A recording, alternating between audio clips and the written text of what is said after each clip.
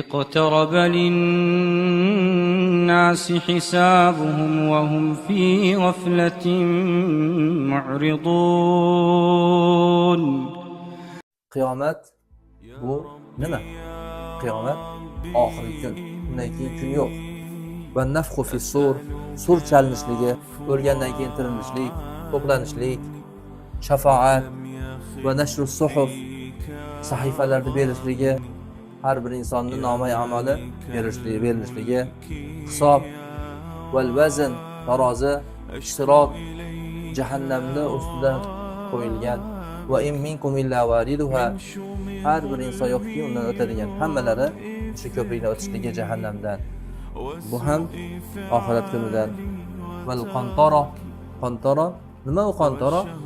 Hamma insonlar mo'min, musulmonlar hisob kitob qilganlardan keyin ana endi bir-birlariga bo'lgan haq huquqlari olinib jannatga kiriladi. Bismillahirrohmanirrohim. Alhamdulillahi robbil alamin. As-salatu was-salamu ala sayyidina va nabiyyina Muhammadin Mustafa sallallohu alayhi va sallam. Amma ba'd. Aziz muhtaram birodarlar, siz bilan biz qiyomat haqida bahs qilamiz. Qiyomat bu nima? Qiyomat insonning o'lishi bilan boshlanadi.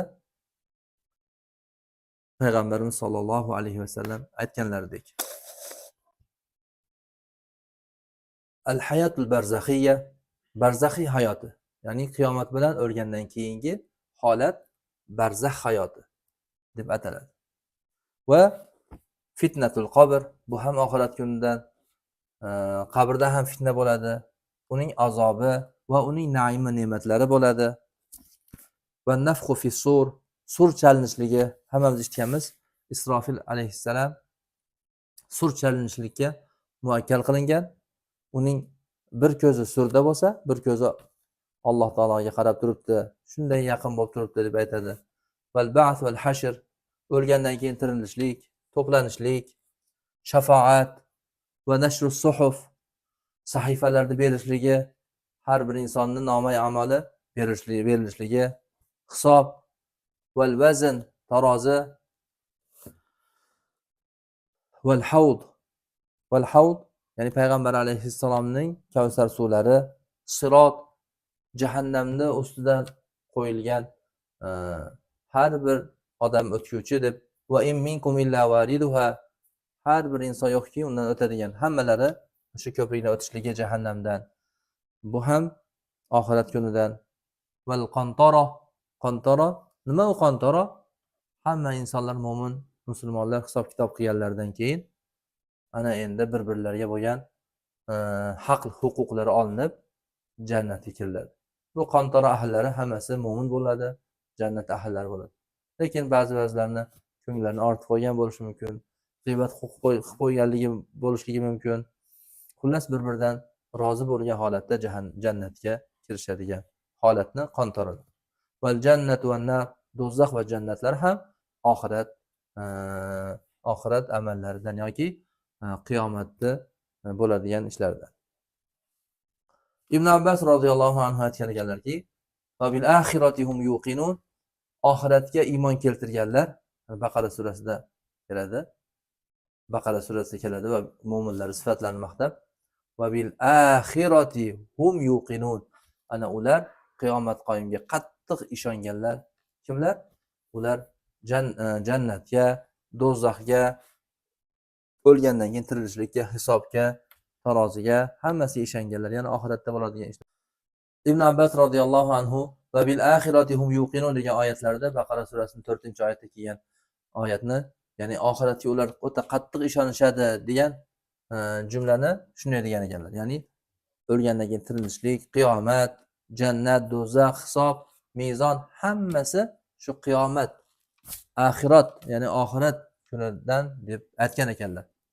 Ibn Hajar rahimahulloh aytdilarki, val imanu bil yawmil axir, oxiratga kuniga iymon keltirishlik ularga qabr masalasi ham, qabrda so'roq savollar, val ba'th wan nushur, ya'ni tirilishlik, o'lgandan keyin to'planishlik, hisob, tarozi, sirot ko'prigi, jannat, do'zax hammasi oxiratni ichiga kirib ketadi.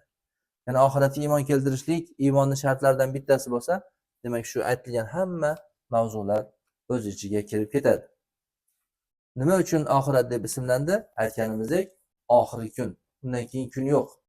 Qiyomat qachon bo'lsa, o'sha kun oxirgi kun, undan keyin kun yo'q. Qiyomat qoyimning ismlari turlicha bo'ldi. Bitta qiyomat kuni bo'lib qolmadi. Balki qiyomat deb ataldi, Yawmuddin, jazo kuni deb ataldi, Yawmut tanad, nido qiladigan kun. Ya'ni jannat ahllari do'zax ahllariga nido qilishadi. Do'zax ahllari jannat ahllariga nido qilishadi. Alloh taolo bandalariga nido qiladi. Xullas nido kuni deb ham ataladi.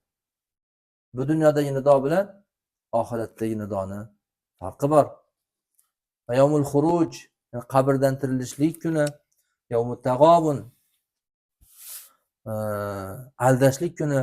Ya'ni bu dunyoda kofir munofiqlar o'zlari aldashib, oxiratda jahannamga tushib qoladi. Bu dunyoda mu'minlar yaxshi ibodatlar qiladi, ularga mukofot beriladi. Val vaqi'a, qiyomat atlaridan, al-haqqa, al-qariya, at-tamatul kubra, as-sakha, shunga o'xshagan atlar bilan ataladi. Bu qiyomat atlarining hammalarini o'ziga yarasha qiyomatlarda bo'ladigan alomatlariga bir ishora va ma'nolar bor. Bu qiyomatda atlari turlicha bo'lishligi nimaga dalolat qiladi? O'sha kunning azomati, ahamiyati, ulug'ligi ekanligiga, dahshatli ekanligiga ishorat qiladi. Demak, har bir musulmon odam, o'zini musulmon deyotgan har bir mo'min musulmon odam, har bir mo'mina va muslima ayol, erkaklar hammasi shu kunni yaxshi bilishligi kerak. Shu kunni yaxshi taniydigan bo'lsa, nozik joylarini ham biladigan bo'lsa, nima qiladi? Shu kunga tayyorgarligini qiladi. Solih amallarni ko'paytiradi. Shoyatki shu amallarim oxirat kunida foyda berib qolsa, shu amalim bilan najot topib qolsam deb u odam solih amal qilishlikda charchab to'xtab qolmaydi. Va Alloh subhanahu va taoloning g'azab qiladigan ishlardan uni yuz o'giradi. Qaysi bir gunohli ma'siyatlar, shirk va bid'atlar, qaysi bir Alloh taoloni g'azablantiradigan bo'lsa, u to'xtaydi. Chunki ertaga qiyomatda Alloh huzurida qanday javob beraman deb o'ziga o'zi shu yomon ishlardan, harom ishlardan o'zini to'xtatadi. Alloh subhanahu va taolo kofir va Alloh taologa gunoh qilishlikda, insonlarda nima narsa shu narsaga majbur qilishlikda qiyomat esdan chiqarganligi, u kunni unutganligi haqida oyatlar, dalillar bor. Inson nima uchun gunoh ma'siyatga to'lib toshib ketadi? Nima uchun zalolatda, zulmda, inson turli ishlarni qilib, yomon ishlarni qilib, tubanlikka tushib ketadi? Sababi nima? Alloh subhanahu va taolo aytadiki: Innallazina yadilluna an sabilillahi lahum azabun shadidun bima nasu yawmal hisab. Sura Sod 26-oyatida. Shunday kishilar borki, Allohning yo'lidan ular adashib ketadi. Allohni mustaqim yo'lidan adashib turli yo'llarga kirib ketishadi. Ular uchun alamli azob bor ekanligi. Bu narsalar nima sabab bo'lyapti? Bima nasu yawmal hisab, hisob kunini esdan chiqarganligi bo'lyapti. Hisob kunini esdan chiqarganligi shu alamli azobga sazovor bo'lyapti. Yana Alloh taolo aytadi: "Va qala allazina la yarjuna liqa'ana laula unzila alayna al-malaikatu aw nara robbana laqad istakbaru fi anfusihim wa ataw 'utuwan kabira." Shunday insonlariki, bizga yo'liqishlikni orzu qilishmaydi, umid qilishmaydi. Ya'ni umid yo'q biz bilan uchrashishlik. Ya'ni qiyomatda Alloh taolo bilan uchrashadigan kunni ular umid qilishmaydi. Ular aytishadiki, "Laula unzila alayna al-malaika", bizga inson emas, farishta tushsa payg'ambar bo'ladi. Payg'ambar bizga da'vat qiladigan bo'lsa, payg'ambar bizga Allohdan xabar qilsa biz ishonamiz. Insonga ishonmaymiz. Aw nara robbana, yoki Robbimizni ko'rmasak, yoki Robbimizni ko'rsak keyin ishonamiz, iymon keltiramiz.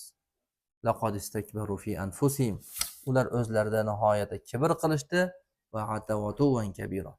Ya'ni adashishlikda o'ta katta adashib, o'zlariga o'zlari kibr havo qilishib shu yo'lda tanlashdi. Demak, qiyomatni ishonmasligi, Allohga yo'liqishlikka umid qilmasligi, payg'ambar alayhissalomga unamasligi hammasi ular kofir bo'lishligiga sabab bo'lyapti. Ana endi qiyomat kuni bitta kun. U kunda kechasi bo'lmaydi. Alloh subhanahu va taolo mana shu qiyomatni yaxshi tanib, shuni ilmini o'rganib, keyin shunga amal qilib, shu kunimiz uchun zod rohilamizni tayyorlashlik har bir mo'min musulmonga nasib qilgan bo'lsin. Alloh subhanahu va taolo bularni qiyomatga to'liq va bil axirati hum yuqinun oyatiga muvofiq haqiqatdan muqin banda bo'lishligini nasib qilgan bo'lsin. Va axiru da'vana alhamdulillahi robbil alamin.